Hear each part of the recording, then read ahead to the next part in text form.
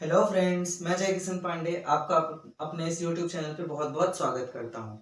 आज हम class 10 science CG board के second chapter classification of elements के बारे में यहाँ पे स्टडी करेंगे।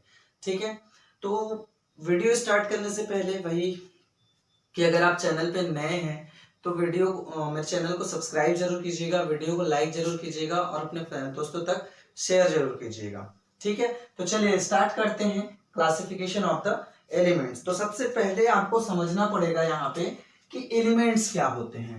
ठीक है, एलिमेंट्स क्या होते हैं। देखिए, एंशियंट टाइम पे जो इंडियन पीपल थे एंड जो मिस्र के पीपल थे वो मानते थे, they believe that there are only 5 elements and उन्हीं 5 एलिमेंट्स से ये जो पूरा यूनिवर्स है वो बना हुआ है। तो वो 5 एलिमेंट्स कौन कौन से थे? वो 5 एलिमेंट्स थे अर्थ, है ना, और फायर, एयर, ठीक है, और earth, fire, air, sky and water. ठीक है, ये 5 एलिमेंट्स, दे बिलीव दैट कि इन्हीं 5 एलिमेंट्स से पूरा जो यूनिवर्स है वो बना हुआ है। ठीक है, लेकिन लेवोजियर करके एक साइंटिस्ट थे, उन साइंटिस्ट ने एक्सपेरिमेंट किया एंड ही फाउंड दैट कि दिस 5 एलिमेंट्स जो बिलीव किया जाता है दिस आर नॉट एलिमेंट्स। ठीक है, उन्होंने बताया कि दिस आर कंपाउंड। ठीक है, और ये एक से ज्यादा एलिमेंट से मिलके बने हुए हैं। जैसे कि हम यहाँ पे वाटर का एग्जांपल लेते हैं। जैसे वाटर है, वाटर को क्या किया जा सकता है? Water can be further divided into hydrogen and oxygen. ठीक है, वाटर को हम हाइड्रोजन और ऑक्सीजन में डिवाइड कर सकते हैं। ठीक है, इसलिए ये एलिमेंट नहीं होगा, इट इज क्या बोलना चाहिए, कॉम्बिनेशन ऑफ एलिमेंट्स। ठीक है, ये ऐसे चीजों का कॉम्बिनेशन है जिनको हम फिर से सब डिवाइड नहीं कर सकते। जैसे हाइड्रोजन को अगर हम एटॉमिक फॉर्म पे यहाँ पे ले लें तो ये जो हाइड्रोजन का एटम है it can not be further subdivided by the simple chemical process. Simple chemical process के थ्रू हम इसको फिर से डिवाइड नहीं कर सकते। तो एलिमेंट किसको बोला जाएगा?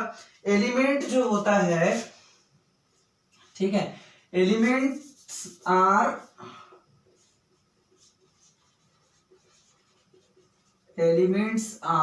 simplest and purest form of matter that cannot be, है ना, that cannot be changed into any other matter by simple chemical process। ठीक है, सिंपल केमिकल प्रोसेस के थ्रू जिनको हम दूसरे मैटर में चेंज नहीं कर सकते उसी को बोला जाएगा एलिमेंट। या फिर हम यहाँ पे ये बोल सकते हैं कि element is the purest form of the matter that is composed by only one type of atom। ठीक है, elements are purest form of matter that are composed by only one type of atoms। ठीक है, इनको बोला जा सकता है, क्या बोला जा सकता है? एलिमेंट बोला जा सकता है। ठीक, तो इन चीजों को आपको ध्यान में रखना है, ये डेफिनेशन हो जाएगा। ठीक है, अब देखते हैं कि क्लासिफिकेशन का जरूरत क्यों पड़ता है। Why do we need to classify the elements? तो किन्हीं भी थिंग्स को क्यों क्लासिफाई करने का जरूरत पड़ता है?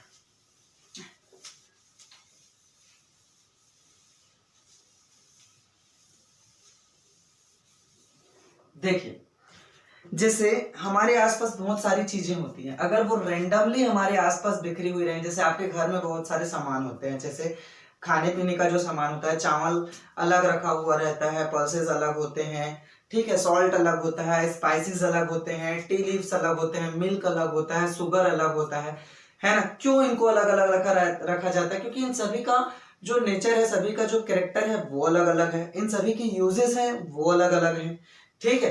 अब सब्जी बनाते टाइम उसमें स्पाइसेस डाल के शुगर तो नहीं डाल सकते ना, सॉल्ट ही डालना पड़ेगा, ठीक है, जनरली, ठीक है। कुछ ऐसे डिशेज होते हैं जहां पे शुगर डाल दिया जाता है, लेकिन वो बहुत कम अमाउंट में रहता है, लेकिन जनरली तो नहीं डाल सकते ना, ठीक है, जनरली हमको सॉल्ट ही डालना है। अब सॉल्ट भी बहुत ज्यादा नहीं डालना है, नहीं तो आपका वेस्ट हो जाएगा।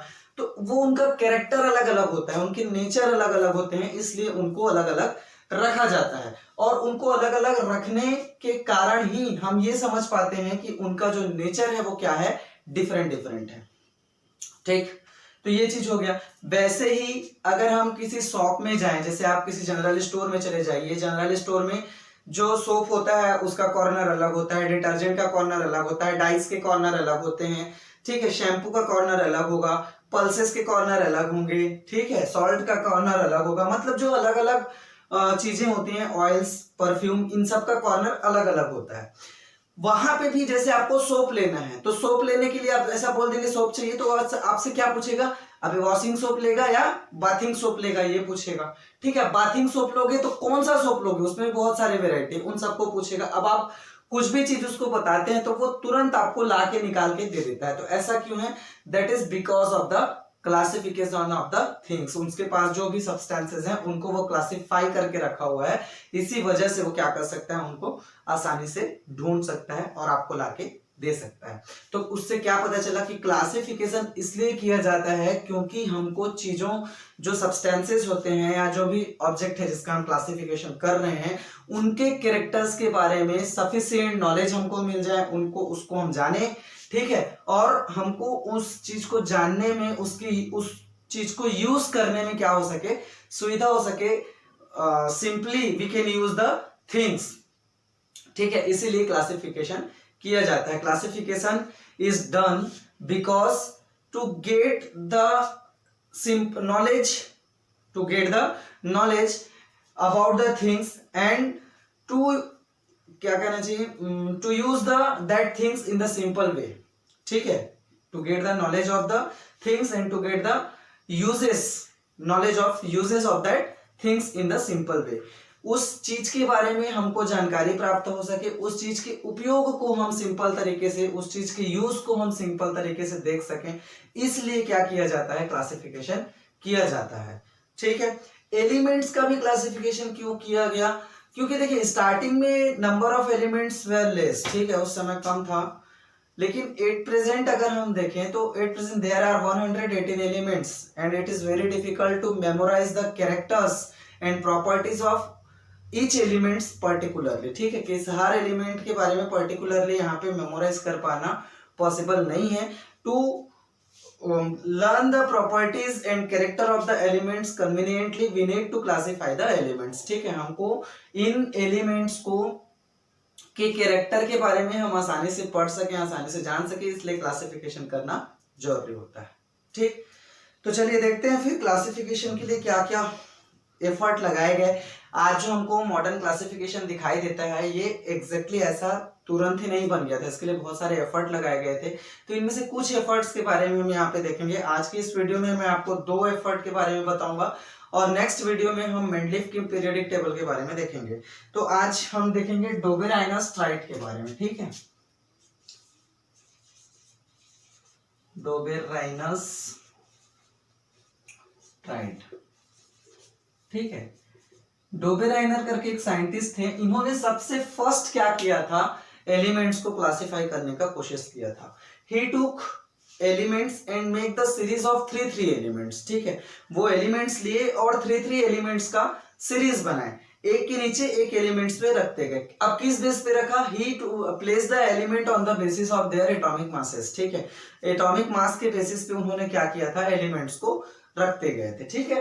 तो ही फाउंड दैट कि जैसे सबसे पहले उन्होंने लिथियम रखा, ठीक है, फिर सोडियम रखा, फिर पोटेशियम रखा, ठीक है। उसके बाद उन्होंने बेरिलियम को रखा, फिर मैग्नीशियम को रखा, फिर कैल्शियम को रखा। तो ही फाउंड दैट कि atomic mass of the element present at the middle of the tried, है ना, atomic mass of the element present at the middle of the tried, ये मिडिल में है, ये भी मिडिल में है, इस ट्राइड में ये मिडिल में है, इस ट्राइड में ये मिडिल में है ना। तो इसका atomic mass of the element present at the middle of the tried is the average of first and last element, ठीक है। फर्स्ट एंड थर्ड भी बोल सकते हो, फर्स्ट एंड थर्ड एलिमेंट के एटॉमिक मास का क्या होता है, एवरेज होता है। अब देखिए इसका एटॉमिक मास कितना होता है, 7 होता है, इसका एटॉमिक मास कितना होता है, 39 होता है, और इसका कितना होता है, 23 होता है, ठीक है। इसको इरेज कर दो, ठीक, तो माइनस नहीं है, 23 होता है, ठीक। तो क्या एवरेज है, बिल्कुल है ना। देखो एवरेज कैसे निकालते हैं, जितने नंबर हैं उनको ऐड करके जितना तो नंबर है उतने से डिवाइड कर देते हैं। तो 2 नंबर अपने को दिखाई दे रहा है, 2 से डिवाइड कर देंगे तो क्या हो जाएगा, 46/2 इज इक्वल टू 23 हो जाएगा, हो गया, ठीक है। तो 23 है, यहाँ पे भी वैसे ही हम इसको देख सकते हैं, 8 है, इसका 24 होता है और इसका 40 होता है। तो क्या ये एवरेज है, बिल्कुल एवरेज है, ठीक है। तो डोबेराइनस का जो ट्राइड था, इसमें इन्होंने ये बोला कि when we arrange the element in the increasing order of their atomic masses, then we get the triad and atomic mass of the middle element present at the middle of the triad is average of first and third element, ठीक है। लेकिन ये जो था वो बहुत ज्यादा use नहीं हुआ, इसको रिजेक्ट कर दिया गया because it was applicable only for few elements, ठीक है।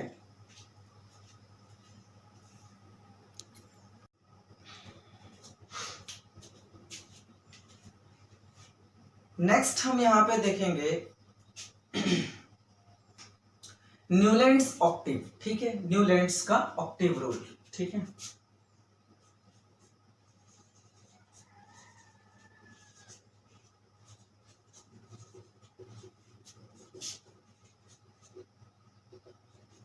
ठीक है, तो इन्होंने क्या किया था, इनके टाइम पे थोड़े ज्यादा एलिमेंट्स का डिस्कवरी हो गया था।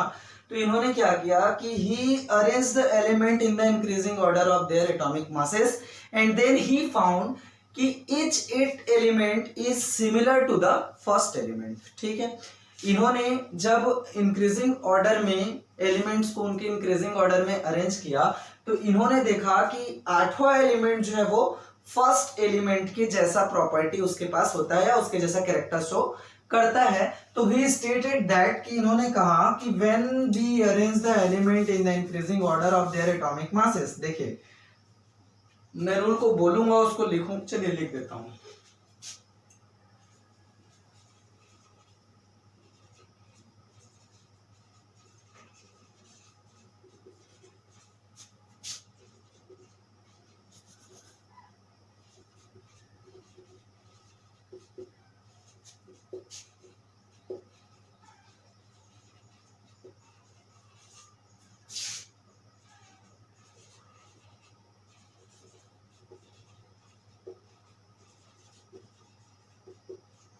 ठीक है, when we arrange the elements in increasing order of their atomic masses,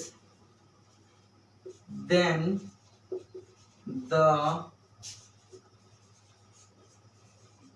properties of eighth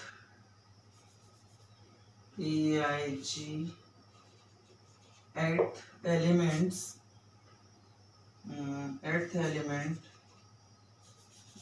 the properties of eighth element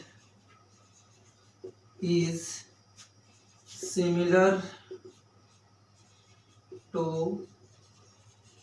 that of first element, ठीक है। ये चीज इन्होंने कहा कि अगर हम एलिमेंट्स को उनके इंक्रीजिंग ऑर्डर में, एटॉमिक मास के इंक्रीजिंग ऑर्डर में अरेंज करते जाएं तो फर्स्ट 8th एलिमेंट का जो प्रॉपर्टी है ना, 8th element is similar to that of properties of eighth element is similar to that of first element. ठीक है, जैसे इन्होंने क्या किया था, हाइड्रोजन, ठीक है, फिर लिथियम, इसको थोड़ा दूर दूर लिखते हैं, हाइड्रोजन, फिर लिथियम, फिर बेरिलियम, फिर बोरान, फिर कार्बन, फिर नाइट्रोजन, फिर ऑक्सीजन। देखिए 1 2 3 4 5 6 7 हो गया। अब उस समय पे नोबल गैसेस की डिस्कवरी नहीं हुई थी, ठीक है, तो उन्होंने क्या किया, यहाँ पे फ्लोरीन रख दिया।